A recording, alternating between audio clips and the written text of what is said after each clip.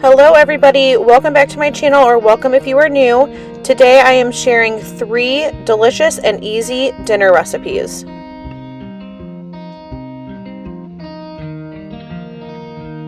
We are starting out with Pastitsio, which is a Greek lasagna.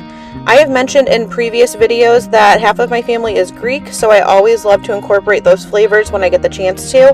And this is the perfect recipe to try if you're not familiar with Greek food. So to begin with, you want to saute 1 onion that is diced, and then once that is softened, you're going to add in a few cloves of garlic. Again, measuring with your heart, but I used about 3 cloves. And let that cook for a minute, and then add in 2 pounds of lean ground beef. You just want to mix that up and let that cook until it is browned.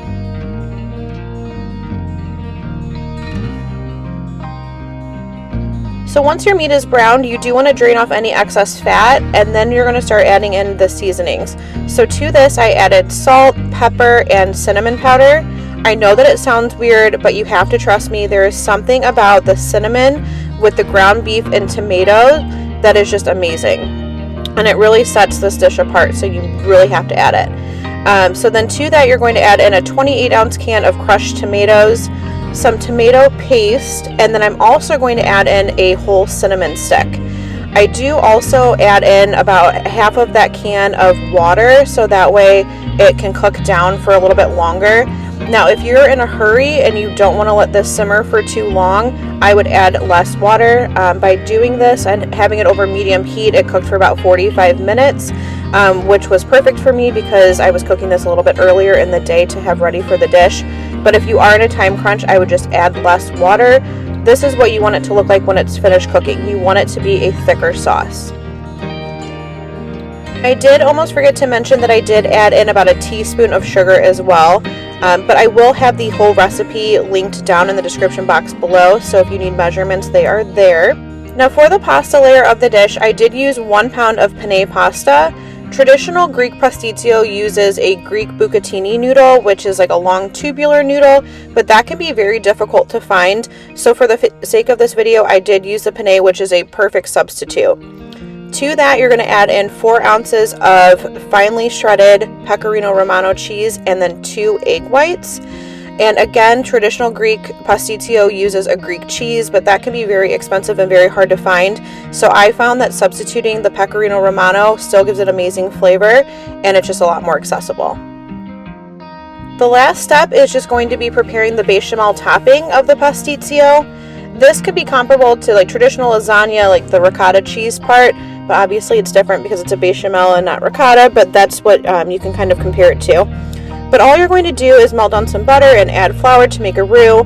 You're going to let this cook for a couple of minutes to remove the raw flour taste, and then we're going to add in some milk. Once that cooks down and thickens, we're going to add in the 2 egg yolks from the whites that we used earlier with the pasta, along with 4 more ounces of the pecorino romano cheese, and then we're going to be all set to assemble.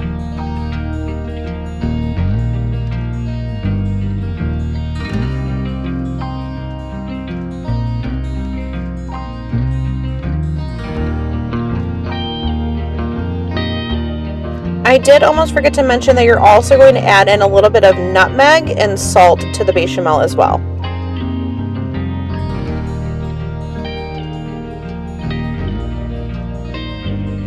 This dish is the ultimate comfort food. I really highly recommend that you give it a try, and if you do, please let me know in the comments down below what you think of it.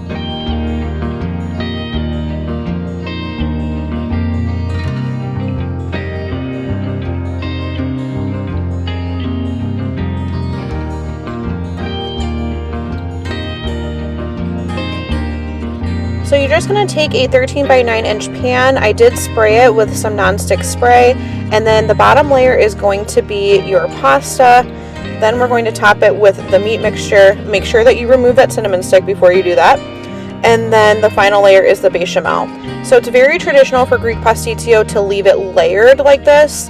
It gives it a really cool look, but then also when you take a bite, you're getting everything in each bite. So that is a little bit of a difference there between this and doing like the lasagna and having like all the different layers. It just stays in 3 separate ones. Before placing this in the oven, I did top it with a little bit more of the Pecorino Romano cheese, and then it's going to bake at 350 for about 45 minutes or until it's done to your liking. I actually took mine out a little bit sooner than I normally would just because my husband and I could not wait to eat it, but that's what it looks like. And here's what it looks like from the side where you can see the distinct layers. Next is a turkey and apple grilled cheese. This sandwich is an absolute must try. It is so easy to make and so packed with flavor.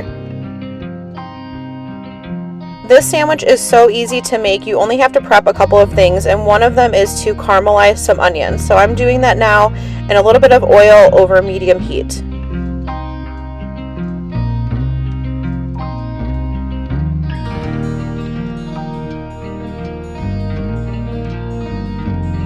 So once the onions are caramelized, you just want to remove them from the pan. I did it with a slotted spoon so that way I wasn't bringing the oil too.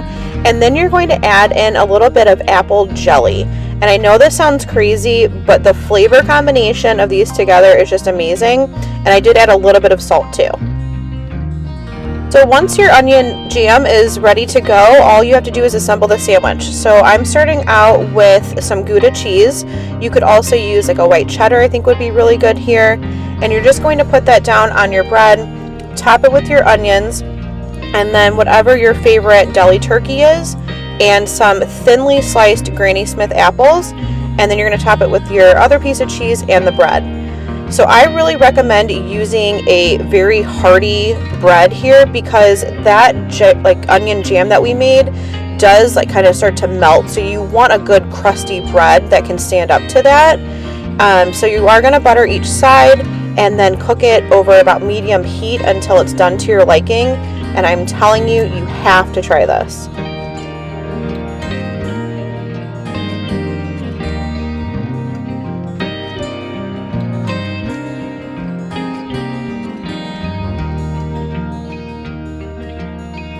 I'm really curious if any of you have any non-traditional grilled cheese recipes that you like. If you've tried anything and you like them, please let me know in the comments down below.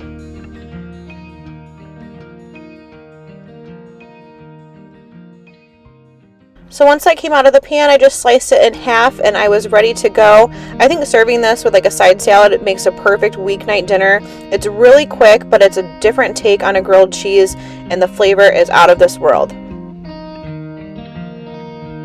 The last dish is a pesto pasta with shrimp, and this cannot get any easier. So you can use any kind of noodle that you like. I'm just using some shells, and you want to cook that and then add in your pesto. So I did just show you in the screen here, if you're doing a store-bought pesto, I recommend getting it from the refrigerated section, not the kind that's in a jar like in the pasta aisle. There is a huge difference in flavor. Obviously making homemade is best, but if you can't get it homemade, I highly recommend this brand, or looking for one, like I said, that's in the refrigerated section. I'm also adding in some sun-dried tomatoes and then some fresh mozzarella, and I bought the kind that was already like in the little balls, so it made it really super easy for this night so I didn't have to cut anything up. I chose to top mine with some shrimp, but you could use any kind of meat or keep it vegetarian if you'd like. For this, it was really simple. I just melted down some butter and actually some of the oil from the sun-dried tomatoes, and then cooked the shrimp until they were done with some garlic, salt, and pepper. All of the fall comfort foods we've been having lately, it was kind of nice to have a little bit lighter of a dish. Really hope that you enjoy these recipes. Please don't forget to hit the subscribe button before you go, and let me know in the comments below if you give any of them a try.